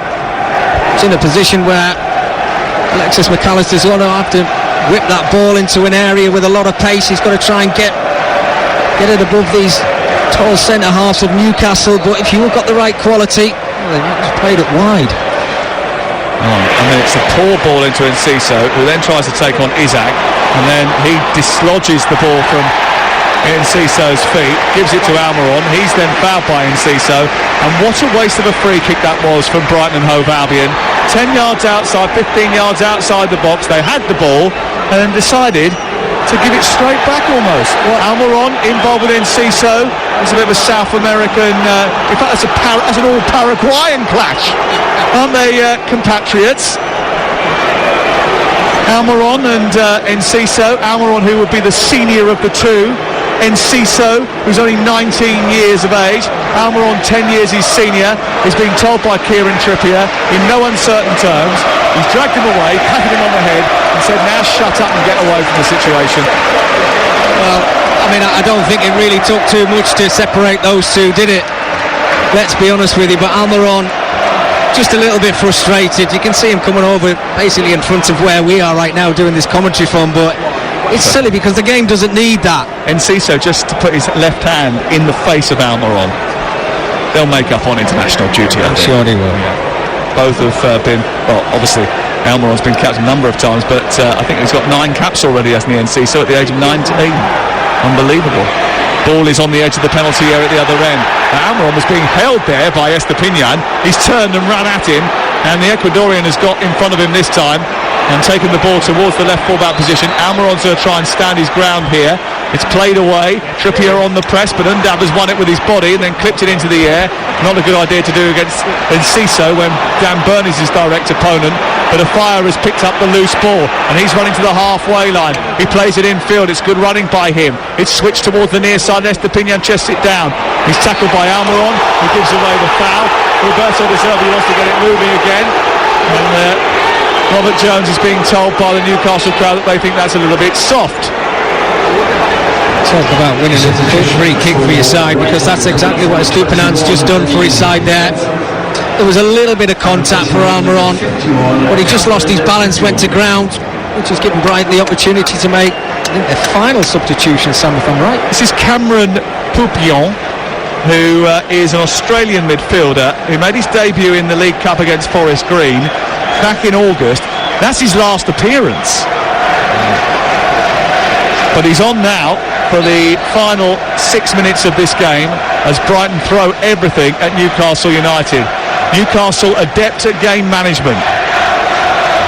They were 2-0 up and cruising in this game. It's 2-1 going into the final stages, live on Talksport. So big this for Newcastle in terms of their Champions League future. They'll still need to win their final 2 games to guarantee a top 4 place if they drop points here tonight. If they win, they're just 3 points away from securing a Champions League berth. Brighton have still got to play Manchester City. They've got other games that are slightly more winnable. Southampton at home on the weekend on Sunday, and Villa away on the final day of the season should be enough to secure a place in at least the Conference League. But they want a place in the Europa League itself. Getting a point here from these circumstances would certainly help them do that. Ferguson goes wide on the right-hand side. Intervening was Dan Burn, up to the halfway line. Isak takes it on. He powers down the left side. Thinks he's won a throw-in. It's gone against him. And the crowd don't like that either. At least the crowd are playing their part tonight. They're like the extra man, aren't they? They're taking their cue from Jason Tyndall, I think. I think they are. Yeah, definitely wanted to throw into the home side there. A little bit frustrated. Sam, I've got to say, Evan Ferguson, they've got to get him involved in the game more. Go back to that free kick that they played wide. Great opportunity to put the ball in the box. We know he's a threat in the air. We've got to give him the opportunity in the service.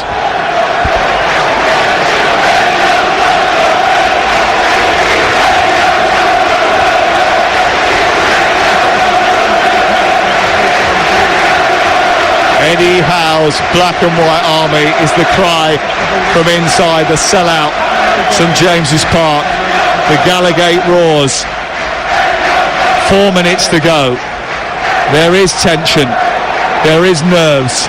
They know they can see this out. Then all of a sudden they can almost touch the Champions League. But here's Estupiñán for Brighton down the left-hand side into the area. Smuggled behind by Kieran Trippier. It's out for a corner to Brighton and Hove Albion. And that will just ratchet up the pressure levels inside this stadium. Do not let your centre-halves down. They came all the way up into the 18-yard box, put that ball in the area and give them the chance. Well, it's not McAllister this time. It's Purvis Estupiñán who's going to take the corner kick on this near side in front of the Lees' end. And it's aimed in towards the near post, and it's a header up there by Poupion. It comes back out towards this near side and back in again. There's a player on the floor, but it's hit by Caicedo anyway, and it ricochets to halfway. I think that's Van Heck who's down.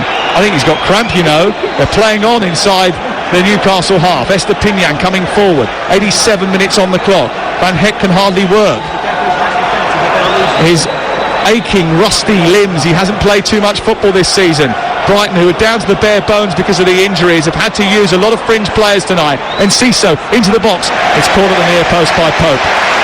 Yeah, we mentioned before the game about Webster being injured, Colwell being injured, not being available today. They're not the only ones. Brighton have lost players over the course of the last few weeks, as have Newcastle even tonight, as the long ambling season comes to its conclusion and it starts to take its toll. And Newcastle hope they can get over the line, Mickey. Well, it certainly looks like they're going to do that this evening. It's now or never for Brighton into the final 3 minutes of the 90 that we've got. And they've got to just try and get that ball and work and open it if they possibly can. They've been few and far between for Brighton this evening. Brighton have had to dip into their youth ranks to bring players on the journey that they hope is going to take them to the European stages for the first time. They've never been able to perform on a continental level before. They want that chance. They might need a point from this game to do it. Manchester City next Wednesday night is going to be a tough one. And that Villa game would become all important at the end of the season if they don't get all 3 points here. They must win on Sunday against Southampton as well. Won by Trippier in the right full-back position. Caicedo tries to get on Almiron, but he's beaten him and he's fed Wilson, and this is a massive chance because he's in behind. He's one-on-one with Steele. No danger, he was going to miss that. Newcastle are going to win 3-1 at St James's Park. And the Champions League comes ever closer. And Callum Wilson is the angel of the North. What a second half to the season he's had. And there was no danger that the game changer was going to miss once he was released by Miguel Almiron. It's 3-1 to Newcastle United on what seems a pivotal night in the race for the Champions League. Well, Sam, I think this might be checked. I've got to be completely honest with you, but it does look like he's onside to me. I think this goal will stand.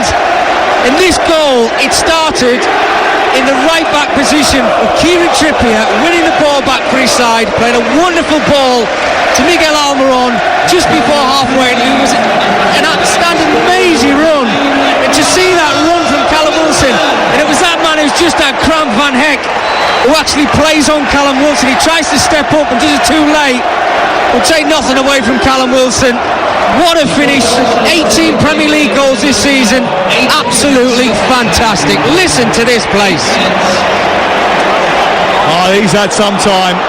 He has had some time, and he's through again here, trying to get the better of Dunk. He's in the area down the left side. Dunk's on his backside. He's set up Bruno Guimaraes!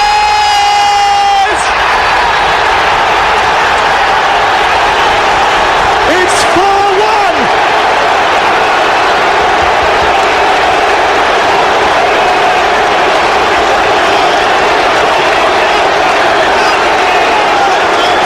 St James's Park explodes with emotion. Bruno Guimaraes has scored the fourth goal on the night. 8 minutes have been added on at the end of this encounter between European chasers Newcastle and Brighton. But there's no panic now. 2 killer goals in 2 minutes right at the end of this encounter have sealed the deal for Eddie Howe's men, and they're now just 3 points away from securing a place in the top 4. It's a brilliant bit of hold-up play by Callum Wilson, who ran in down the left-hand side, sat Lewis Dunk on his backside, turned, held it up, waited for the arrival of Guimaraes. He rolled it into him, and he smashed it home in front of the Gallagate, who gleefully welcomed the latest Newcastle United goal with noise that takes the roof off St James's Park. Well, it's just simply sensational from Newcastle. Listen to this crowd. There's not many places you go in the country and you hear an atmosphere like that, but they've just given them 30 seconds of brilliance and they've won this game. When we talk about the points, Sam, Look at that goal difference now for Newcastle over Liverpool. It is absolutely massive. There's an extra point for them tonight. You're absolutely right. They can afford now probably to draw 2 games, although it's only 7 goals. And if I'm not mistaken, Liverpool have got some. Liverpool got on the final day of the season. Is it Southampton? Yeah, they got Southampton on the final day of the season. So I think that's probably likely to be a fixture that they could win by quite a few goals. Yeah, look, you're probably right. But all Newcastle can do. They play on Monday night against Leicester City now, knowing that if they win that game, that's it. Yeah, exactly. It's in their hands. Bad news for Leicester City, by the way, at the bottom of the table, because they're really struggling for points, and to be in a situation where they've got to come here on a Monday night, they hate Mondays anyway, to come here on Monday night live on Talksport and have to stop Newcastle from winning, because Newcastle, if they get 3 points to go into the Champions League, imagine what the noise is going to be like then. Oh, they've got it again, and Wilson's stolen the ball from the set piece, and he's striking it towards Jason Steele, and he runs and plays it straight into the arms of the goalkeeper, and the analyst from Brighton in front of us, he's in the desk in front of us, he's punching the table. So if Newcastle have got any damage investigation that they need to do later, it's him, it's not us. He's kicking the table, he's thumping the desk in front of him. They're quite small, these desks, and pretty rickety. They've been around for a while. I don't know if that one's going to last much longer. Sam, just looking at goal difference and how important it can be, and thinking about the season that Brighton have had, in the last 3 games they've lost 5-1 to Everton, and they're getting a thumping 4-1 at St James's Park. That's not European form. That significantly affects it. I think that we should mitigate it by talking about those players that have been missing and the injuries that they've picked up, because it has had a major impact on what's happened to Brighton. The consistency isn't there. They are making a change now, Newcastle. Joe Linton is coming off. Kieran Trippier is coming off for Javi Mankilo. He's just rubbing the back of his hamstring, Kieran Trippier. He won't want that to scupper his chances of playing on Monday night when they look to try and secure a place in the Champions League live on Talksport. Join us for game night from 6 o'clock on Monday night. It could be Eddie Howe's crowning glory.